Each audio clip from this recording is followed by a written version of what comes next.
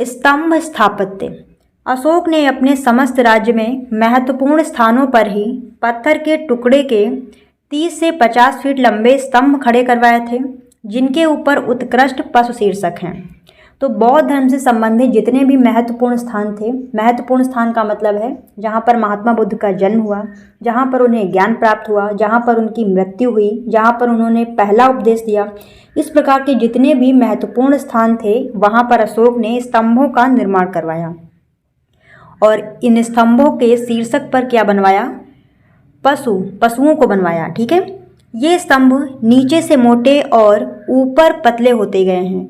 जो भाग जमीन के अंदर गाड़ा जाता था वह अनगढ़, खुरदुरा और चौकोर है, परंतु जो भाग भूमि के ऊपर होता था वह सपाट, गोल और उस पर चिकनी ओपदार पॉलिश है। किसी किसी स्तंभ पर अशोक के धर्मलेख ब्राह्मी लिपि में उत्कीर्ण है। स्तूप के ऊपर शीर्ष को सिंह और हाथी अथवा बैल यानी कि पशु आकृति से सजाया गया है। तो जो स्तूप का शीर्षक है उस पर सिंह, हाथी, बैल या फिर कोई भी पशु बनाया गया है। और स्तंभ किस प्रकार के होते थे वो आगे आपको बताया जाएगा। नीचे से होते थे चौड़े, इस प्रकार से, नीचे से थोड़ा चौड़े और ऊपर से पतले होते गए हैं इस प्रकार से।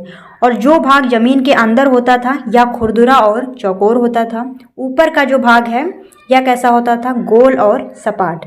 आगे आपको एक स्तंभ दिखाया जाएगा, उससे आप लोगों को आइडिया हो जाएगा। स्तंभ के भाग देखिए, प्रमुख भाग स्तंभ के दो होते थे, परगहा और लाट। इस प्रकार का स्तंभ होता था। तो ऊपर का जो भाग होता है ऊपर का, उसे बोलते थे परगहा, और जो सपाट भाग होता है इसे बोलते थे लाट।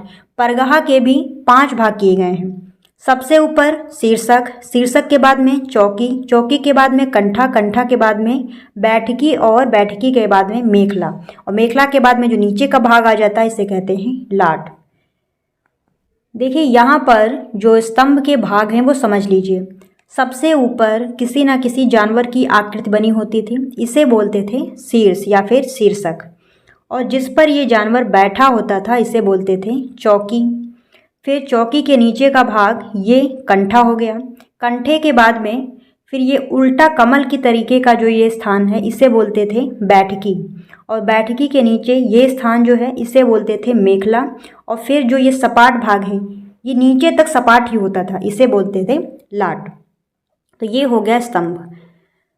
अशोक के शिला स्तंभों को अशोक की लाट भी कहा गया है।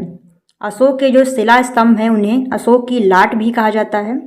प्रमुख स्तंभ कौन कौन से हैं? सारनाथ का स्तंभ, रामपुरवा स्तंभ और लौरिया नंदनगढ़ का स्तंभ।